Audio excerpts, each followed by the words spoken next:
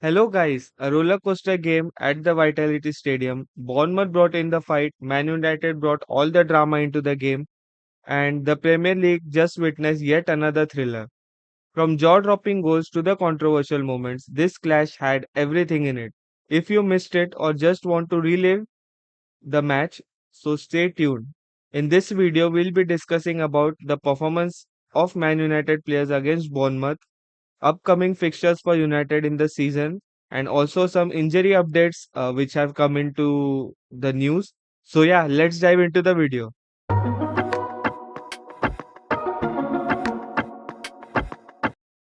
Hello, guys, and welcome back to the channel. My name is Mohit, and welcome to Dude's Banter. And also, this is yet another video of the Manchester United series, which I've been doing. I started from this season onwards.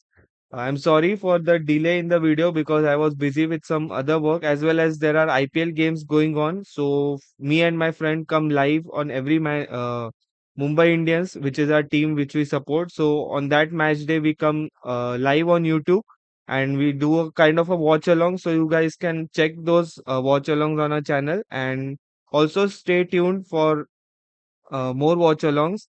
And yes, that reminds me, if you are new to this channel, so do subscribe to our channel, comment your views on the videos which we have posted earlier.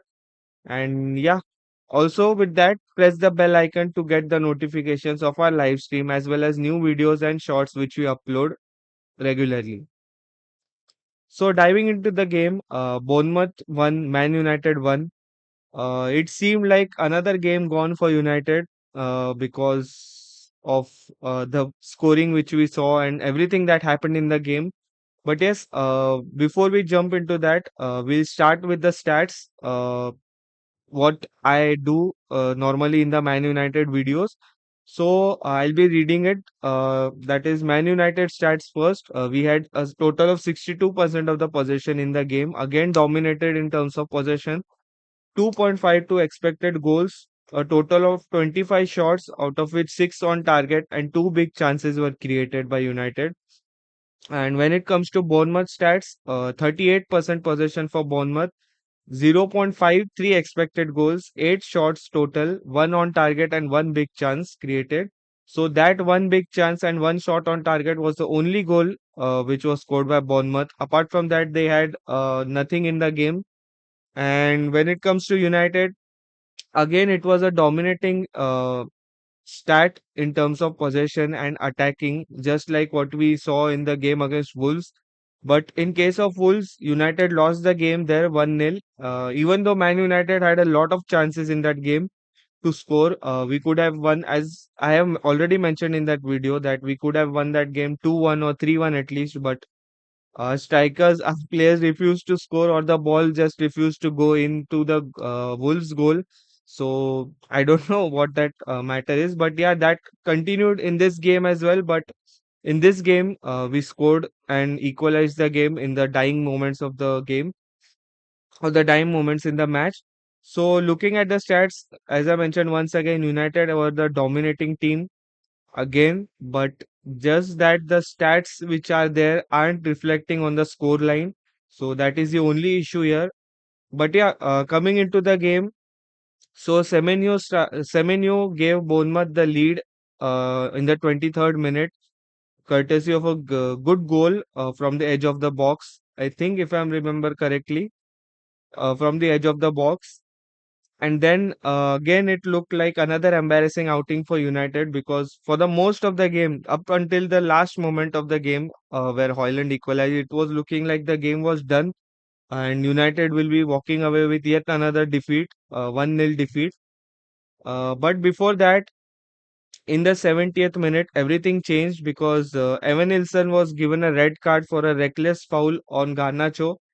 He came sliding into Garnacho with his studs up, and his game was done there as the referee gave him a red card. With I think the VAR was also involved in that. The referee, they instructed him to have a look, and he decided to give a red card. And then not Hoyland, sorry, Bournemouth were reduced to 10 men. And from that point onwards, Man United just started pressing and attacking on the Bournemouth goal.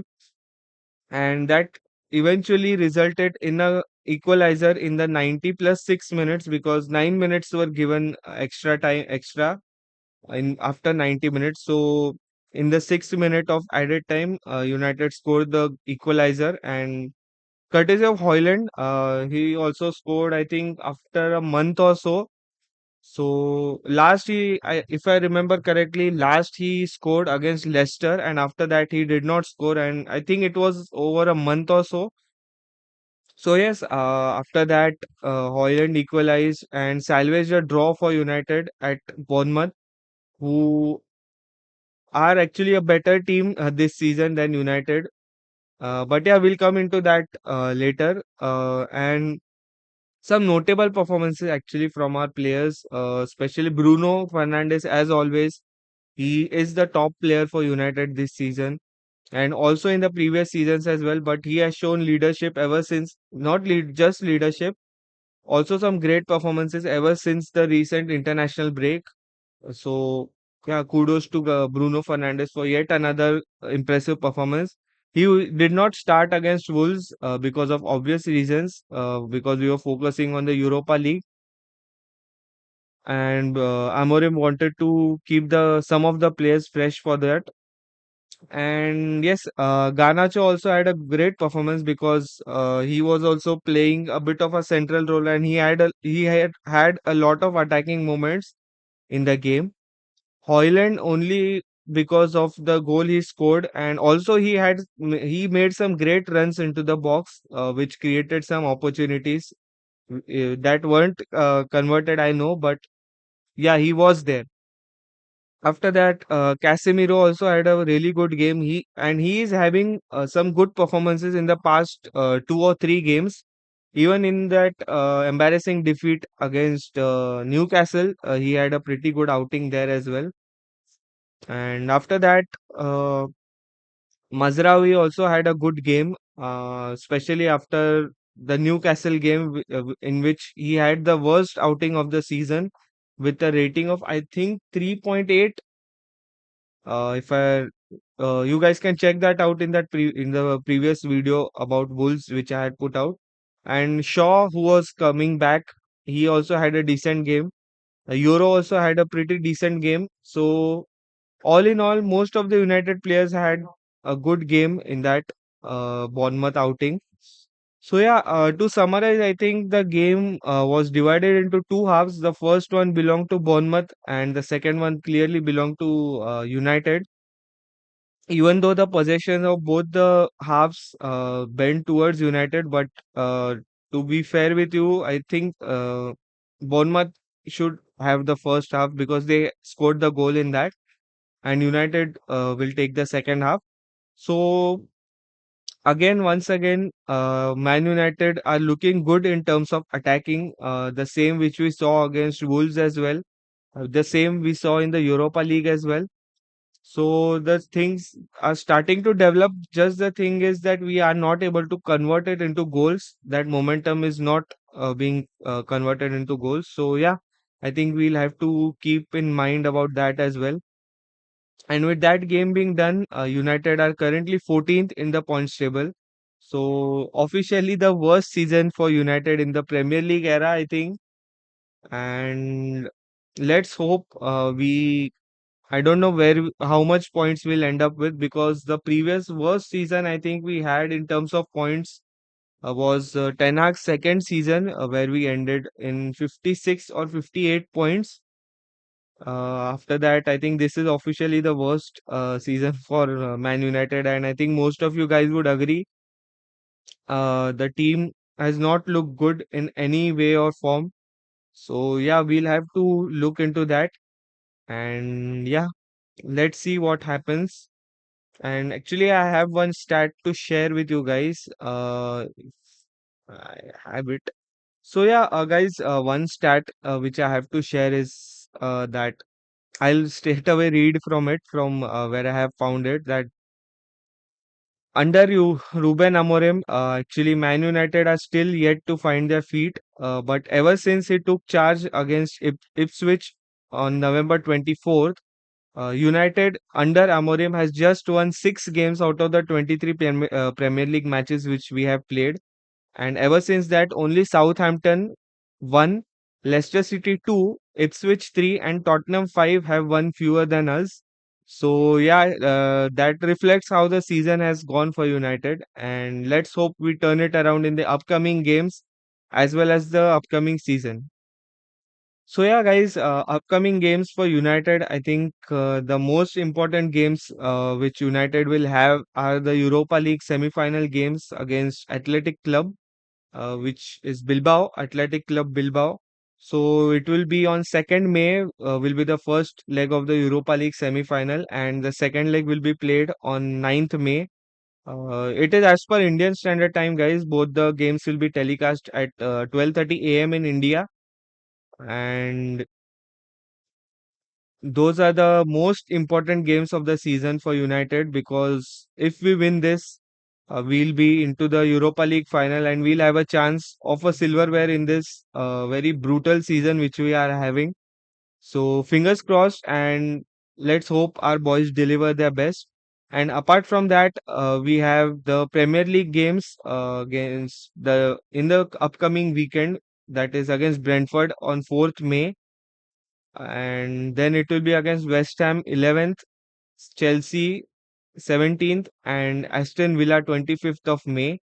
So these are the fixtures in May which are the season run in, and out of which two are away games and three are home games. Sorry, two away games and two home games for United. And in terms of Europa League, the first leg will be played away from home for United, and the second leg will be at home at Old Trafford.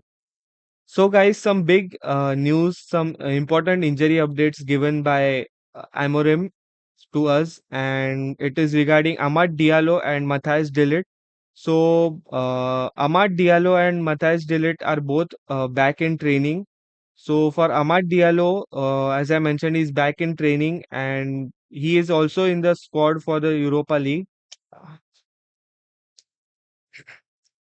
So, guys, some important injury updates given by Amorim in the press conference recently. So, Amad Diallo and Matthias de Ligt are back in the squad, back in training, as well as they are in the squad for the Europa League semi-final at Bilbao.